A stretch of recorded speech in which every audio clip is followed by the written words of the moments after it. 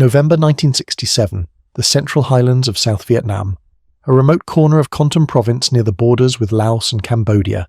The small town of Dak Tu sits in a valley surrounded by jungled mountains that rise over 900 meters. The area is strategic. Control of the highlands means control of infiltration routes from the Ho Chi Minh Trail. The North Vietnamese know this. So do the Americans. For weeks, intelligence has detected a major NVA buildup around Dak Tu. The B-3 Front, North Vietnamese command for the Central Highlands, has moved multiple regiments into the area. The 1st NVA Division, the 24th Regiment, the 66th Regiment, thousands of troops with heavy weapons preparing for operations against South Vietnamese positions. General William Westmoreland sees opportunity. The enemy is concentrated, visible.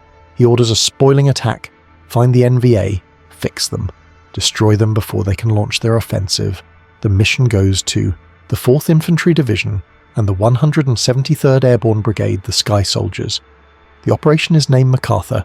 What follows is 3 weeks of savage combat across a dozen mountains. Battles with names that become synonymous with hell. Hill 882, Hill 875, Hill 1338. Each one a heavily fortified NVA position. Each one paid for in blood. The fighting at Dak Tu will be some of the most intense of the entire war. But one battle stands above the rest. Hill 875, where American paratroopers will fight for 5 days to take a mountaintop they cannot see through the jungle canopy. Where the NVA will defend with fanatical determination, and where American bombs will fall on American soldiers, killing dozens in a nightmare of friendly fire. This is the story of Hill 875, the bloodiest battle of Dak Tu, and one of the worst disasters in the history of the 173rd Airborne Brigade, the build-up. November 3rd to 18th, November 3rd, 1967, Operation MacArthur begins. The 4th Infantry Division and 173rd Airborne Brigade launch search and destroy operations around Dak Tu. Multiple battalions sweep the mountains looking for NVA forces. Contact comes quickly. November 4th, 4th Battalion, 503rd Infantry, 173rd Airborne, engages NVA on Hill 882. The fighting is intense. The NVA are dug in with bunkers, trenches, fighting positions. The battalion assaults uphill against withering fire. Progress is measured in meters. Casualties mount. After days of fighting, Hill 882 is taken. The cost, 23 Americans killed, over 100 wounded. But the NVA presence is confirmed. They are not hiding. They are preparing defensive positions and waiting. November 6, 3rd Battalion, 12th Infantry, 4th Division, encounters the NVA 66th Regiment on Hill 724. A vicious firefight erupts. Artillery and air strikes pound the hill. The battalion assaults repeatedly. The NVA hold for days before withdrawing. More casualties. November 11 through 15. Multiple engagements across the operational area. The pattern repeats. American units locate NVA positions on high ground. The enemy is heavily fortified. Airstrikes and artillery prepare the assault. Infantry attacks uphill through dense jungle. Close combat. High casualties. Eventually the Americans take the position, but the NVA withdraw to fight another day. By mid-November, US forces have killed hundreds of NVA soldiers. Multiple regiments have been engaged and battered. But the fighting is far from over. Intelligence indicates fresh NVA units are moving into the area. The border battles are intensifying. November the 19th, 2nd Battalion, 503rd Infantry, 173rd Airborne, receives orders to assault Hill 875, 175 meters altitude. Located southwest of Dak Tu, near the Cambodian border, intelligence suggests an NVA battalion is on or near the hill. The mission: search and destroy. Find the enemy. Kill them. The battalion commander is Lieutenant Colonel James Johnson. His unit, 450 paratroopers in 4 companies: Alpha, Bravo, Charlie, Delta. They are professionals, veterans. The 173rd has been in Vietnam since 1965. These men know the jungle. They know the enemy. They are confident. They have no idea what awaits them on Hill 875. November 19th. The assault begins 0800 hours, November 19th. 2nd Battalion, 503rd Infantry moves out from Fire Support Base 16. They march in column through the jungle toward Hill 875. The terrain is brutal. Triple canopy rainforest, elephant grass, steep slopes. Visibility is limited to a few meters. Movement is slow. By mid-morning, the battalion is approaching the base of Hill 875. The lead company, Charlie, advances cautiously. No contact yet. The jungle is eerily quiet. 1300 hours. Charlie Company begins ascending the hill. The slope is steep, approximately 45 degrees. The troops climb through thick undergrowth, cutting through vines and bamboo. They are strung out in a long column, spread over several hundred meters. The mountain rises above them, summit invisible through the jungle canopy. 1400 hours. Charlie Company is halfway up the slope when the world explodes. NVA machine guns open fire from concealed bunkers. Automatic weapons, RPGs, mortar rounds crash down. The lead platoon is devastated in seconds. Soldiers go down, dead or wounded. The rest scramble for cover. They return fire but cannot see the enemy. The NVA are in fortified positions, perfectly camouflaged, firing from spider holes and bunkers built into the hillside. Lieutenant Colonel Johnson commits Alpha Company to support Charlie. Alpha moves up the western slope trying to flank the enemy positions. They run into the same buzzsaw. Heavy automatic weapons fire, RPGs, more casualties. It quickly becomes apparent this is not a battalion. The NVA defending Hill 875 are at least a full regiment, possibly more. Over 1,000 troops, and they are dug in deep. This is a prepared defensive position, a fortress. Johnson radios for artillery support. Fire missions are called in.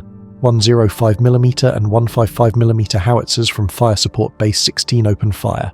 Shells scream overhead and impact on the upper slopes. The jungle explodes, trees are shredded, but the bunkers are too strong. The NVA survive and keep firing. By 1600 hours, both Charlie and Alpha companies are pinned down on the slope. They cannot advance. They cannot withdraw without leaving their wounded. The battalion is in serious trouble. Johnson commits his reserve. Bravo Company moves up to reinforce. Delta Company establishes a perimeter at the base of the hill to protect the wounded being evacuated. Casualties are already severe. 20 men dead. Over 50 wounded. Medevac helicopters brave ground fire to land at the base of the hill. Door gunners fire M60s to suppress enemy positions. Wounded are loaded and flown out. Some choppers are hit. One crashes. The crew is rescued.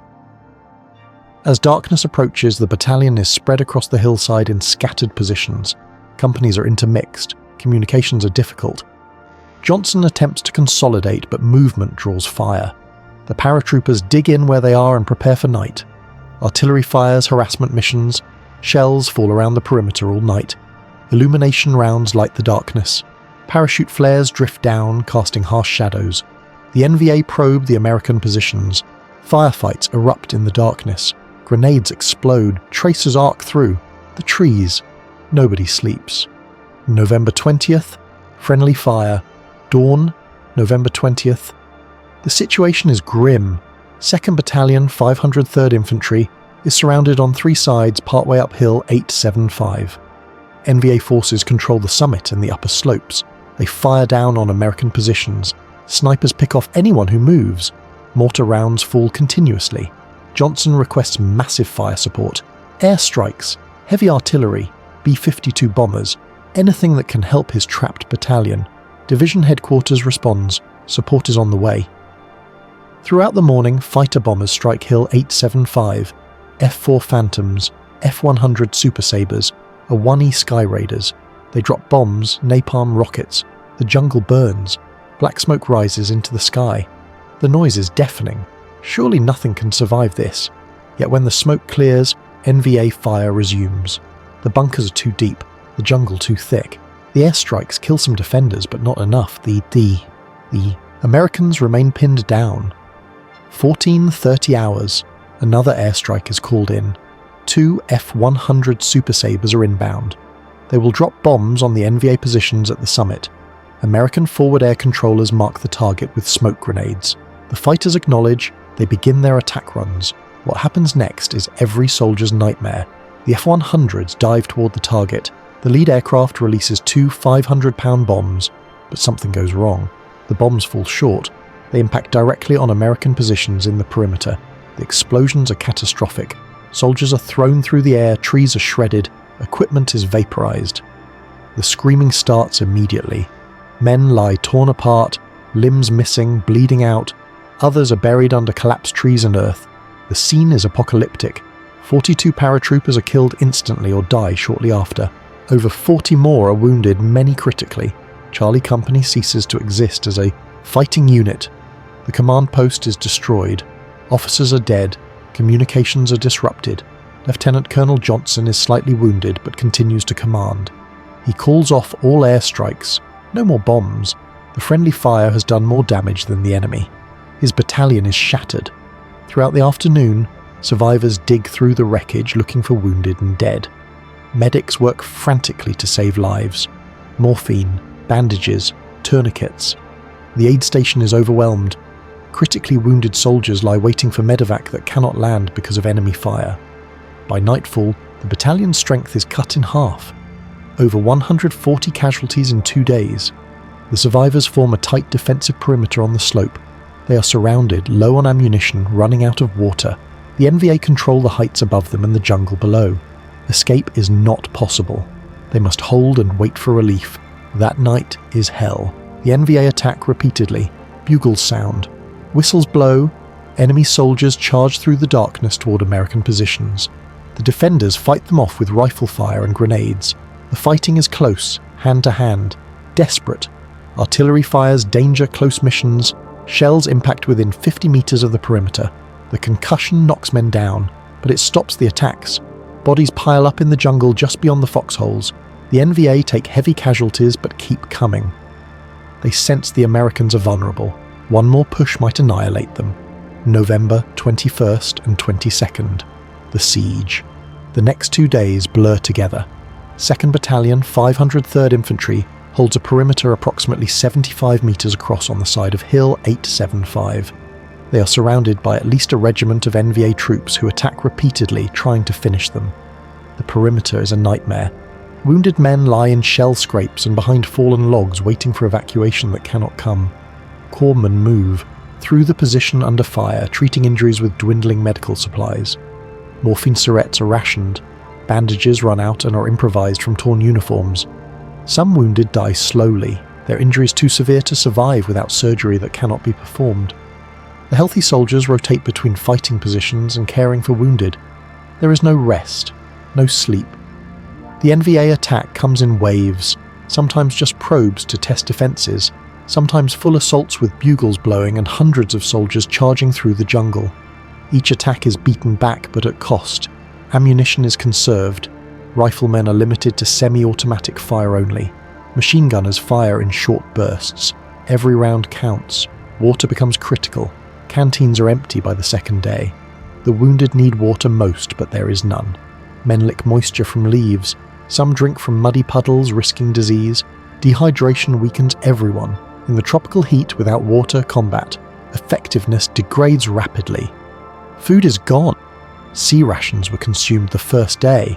Now soldiers endure hunger on top of thirst and fear and exhaustion. The body can survive days without food, but the psychological impact is severe. Morale depends on small things, and the absence of food removes one more anchor to normalcy. The smell is unbearable. Bodies decompose in the heat. American and NVA dead lie where they fell. There is no way to bury them. The living must endure the presence of the dead. The sweet, sickly smell that pervades everything. Gas masks would help, but there are none. Men tie bandanas over their faces. It helps minimally. At night, the jungle comes alive with sounds. Movement in the darkness. Branches breaking. Whispers in Vietnamese. The NVA are maneuvering, probing, preparing the next assault. Sentries strain to see through the blackness. Every shadow might be the enemy. Nervous fingers rest on triggers. Sometimes soldiers fire at phantom sounds, wasting precious ammunition on nothing. Artillery support is constant. Batteries at Fire Support Base 16 fire continuously. The guns fire so many rounds the barrels overheat and must be cooled with water. Ammunition is expended at an unprecedented rate. Resupply helicopters fly round the clock to keep the guns shooting. The artillery forward observers in the perimeter adjust fire missions constantly, walking shells up and down the slopes around the American position. The concussion of nearby impacts becomes normal. The ground shakes continuously. Airstrikes resume but are carefully controlled to avoid another friendly fire incident. Fighters bomb and strafe the summit and upper slopes. Gunships circle overhead, firing rockets at any movement. The jungle is systematically destroyed.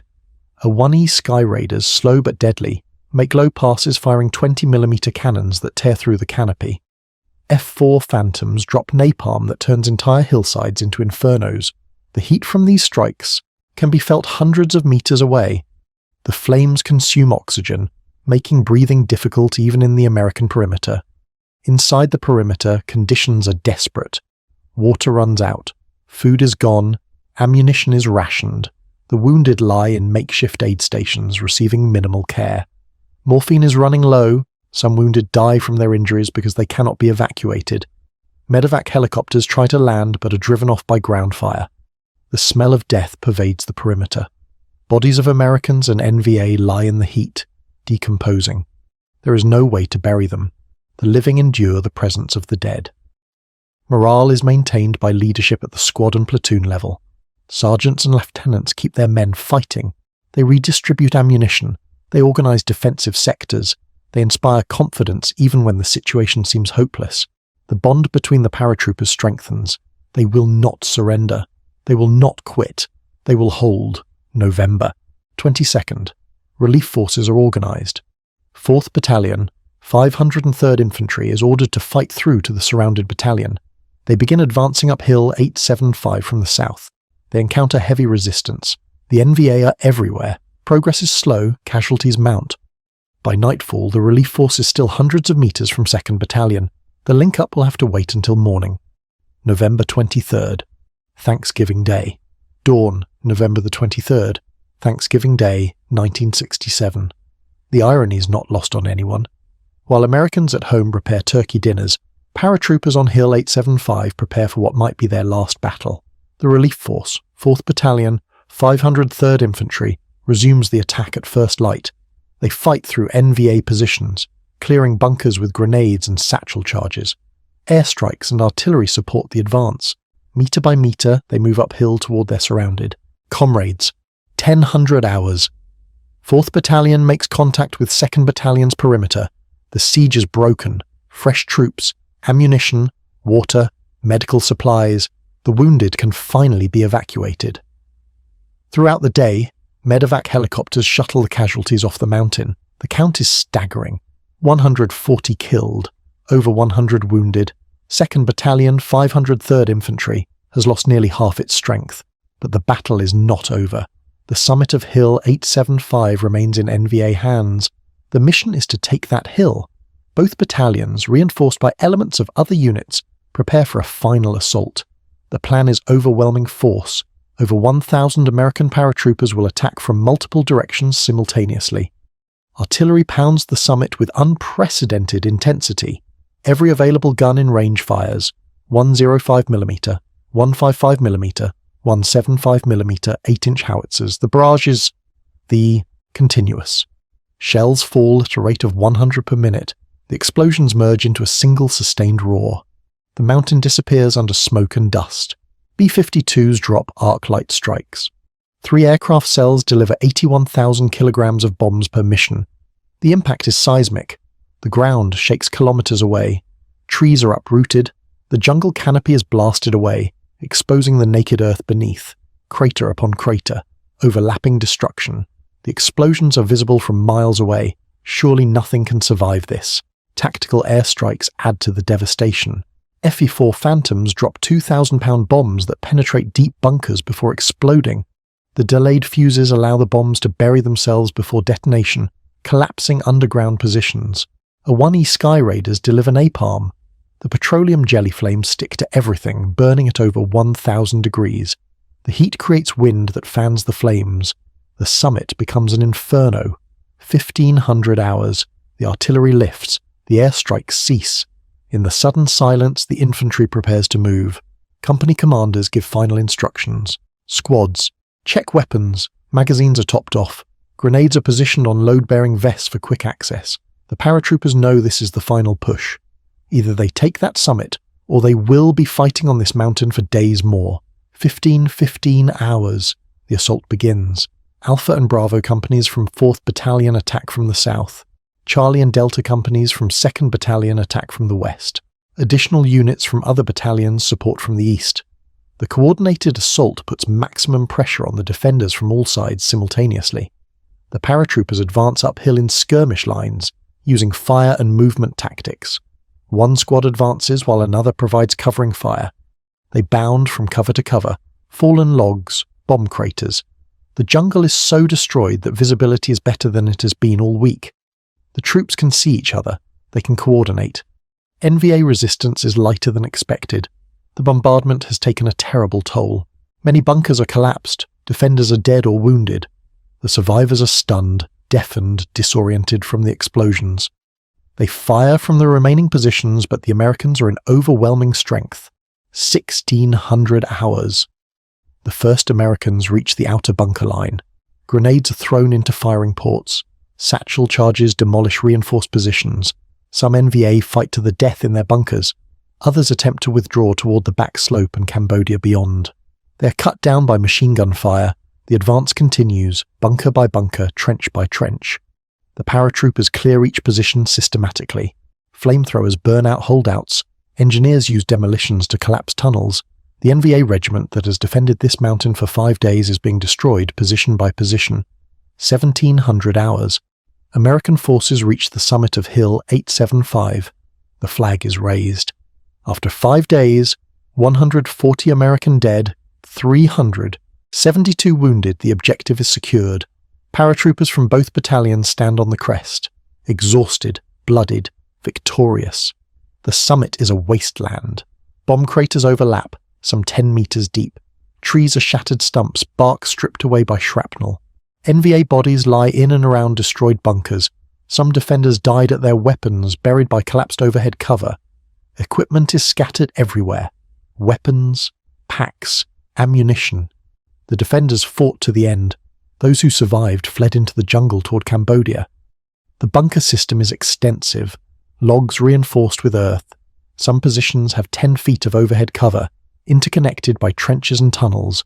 Spider holes provide 360-degree firing positions. The fortifications explain why the position held so long against overwhelming firepower.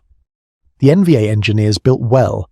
NVA casualties are estimated at 400 to 600 killed on Hill 875 alone. Exact figures are unknown. Many bodies are buried in collapsed bunkers, uncounted. The price of holding this mountain was catastrophic for both sides. Over 500 Americans and NVA dead on one hill, the grinding attrition that defines Vietnam. The aftermath, November 25th. 2 days after taking the summit. US forces abandon Hill 875. No bases established, no firebase constructed. The paratroopers withdraw to the valley. The hill is left empty. Engineers destroy remaining bunkers to prevent the NVA from reusing them. Demolitions detonate across the summit. Then silence. The mountain returns to the jungle. Within weeks, NVA forces return. They reoccupy their positions. They rebuild what was destroyed. The battle might never have happened, except for the 158 paratroopers from the 173rd Airborne who died there. They remain. Their sacrifice permanent. Their objective temporary.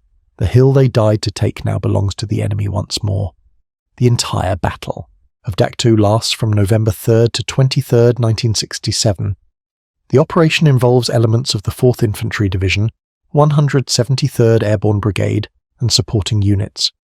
22 infantry and airborne battalions participate at various times. The area of operations covers hundreds of square kilometers of jungle and mountains. Multiple hills are assaulted. Hill 882, Hill 724, Hill 875, Hill 1338, Hill 1038, Hill 1081. Each one a separate battle. Each one paid for in blood. Some are taken quickly. Others require days of fighting. All follow the same pattern. Heavy bombardment, infantry assault uphill, close combat, casualties. The final toll, US forces, 376 killed, 1,441 wounded, 89 missing, over 1,900 total casualties out of approximately 12,000 troops engaged, casualty rate, approaching 20%. NVA forces, estimated 1,200 to 1,600 killed. Additional wounded unknown but likely double or triple the dead. Some estimates place total NVA casualties at over 4,000. The entire B3 front is mauled. Multiple regiments are shattered and must withdraw to Cambodia to rebuild. Aircraft losses: 23 helicopters destroyed, over 50 damaged. 6 fixed-wing aircraft shot down. The intensity of anti-aircraft fire around Dak To is the worst in the war to date. Pilots call it the most dangerous flying in Vietnam. Artillery expenditure: over 250,000 rounds fired during the 3-week operation. The guns fire around the clock, barrels wear out and must be replaced. Ammunition resupply becomes a major logistical operation. Airstrikes: over 2,000 tactical sorties, hundreds of B-52 missions. Total ordnance delivered exceeds 20,000 tons.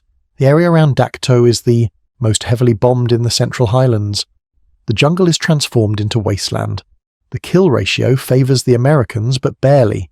The casualties are nearly equal when wounded are counted. Dak To is one of the bloodiest battles of the war in proportion to forces engaged.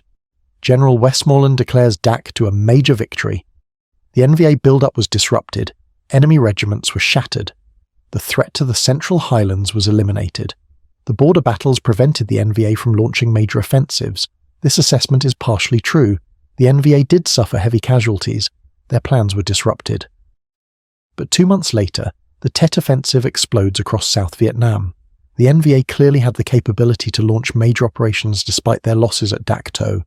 The strategic value of the battle is questionable. Hills were taken and abandoned. Enemy soldiers were killed but replaced. No lasting territorial gain was achieved. The high casualties, especially the friendly fire incident on Hill 875, raised serious questions about tactics and leadership. The friendly fire investigation. The friendly fire incident that killed 42 paratroopers becomes a major investigation. How did American bombs fall on American troops?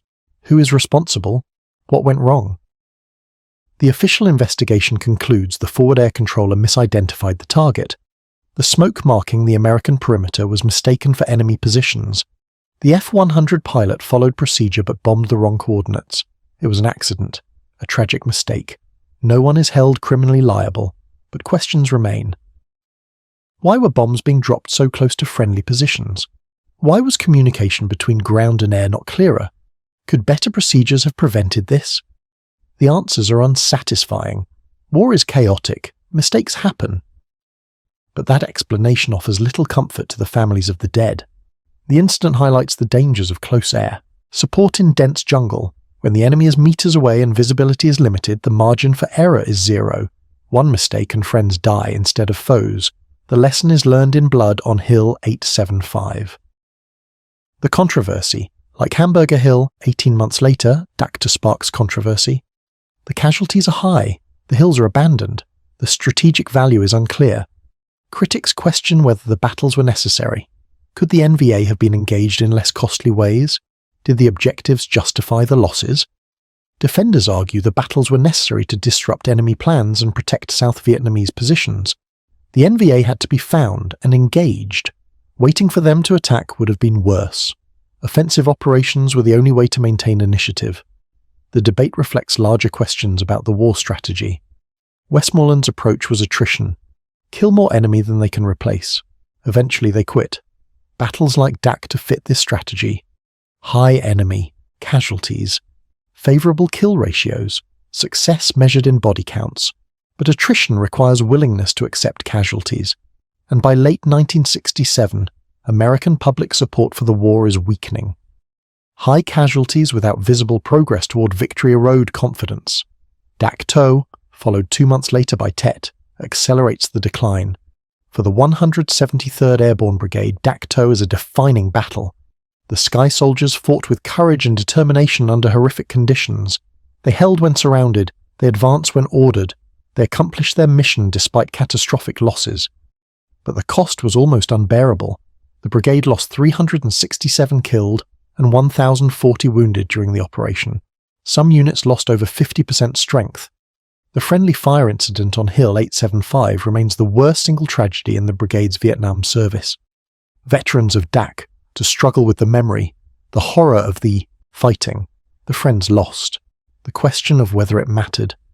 Like all Vietnam battles, the tactical success is overshadowed by strategic ambiguity. They won, but did winning accomplish anything? The legacy. The Battle of Dak II is overshadowed in history by Tet, which occurs just 2 months later. The border battles in the Central Highlands are forgotten as American attention shifts to the dramatic attacks on cities. Dak II becomes a footnote, a prelude, a warning that was not heeded. Yet for those who fought there, Dak II is unforgettable. The mountains, the bunkers, the casualties, the friendly fire, the abandonment of ground paid for in blood. It encapsulates everything difficult about Vietnam, the bravery of soldiers fighting impossible battles, the questionable decisions of leaders ordering those battles, the ultimate futility of sacrifices that produced no lasting result. November 19 to 23, 1967. 5 days on Hill 875-1. 158 paratroopers killed, over 100 wounded, 400 to 600 NVA killed, a mountaintop taken and abandoned, a victory that felt like defeat, a battle won that changed nothing. The 173rd Airborne would say their sacrifice disrupted enemy plans and saved South Vietnamese lives. Critics would say the hill should never have been assaulted and the casualties were preventable. Both perspectives have validity. The truth, as always in Vietnam, is complicated. What remains clear is that brave men fought and died on Hill 875. They did their duty under unimaginable conditions. They held when surrounded. They advanced when ordered. They trusted their leaders and their training. And 42 of them died not from enemy fire but from American bombs that fell short. That is the tragedy of Dak II. Not just the losses, but how some of them occurred. Not just the abandoned hills, but the questions that were never satisfactorily answered. Not just the battle itself, but what it represented. The brave sacrifices of soldiers in service of a strategy that could not win the war. Hill 875 stands silent now, reclaimed by jungle, indistinguishable from the surrounding mountains. But its name remains in military history as a reminder of the cost of war and the complexity of courage in a conflict without clear purpose or end.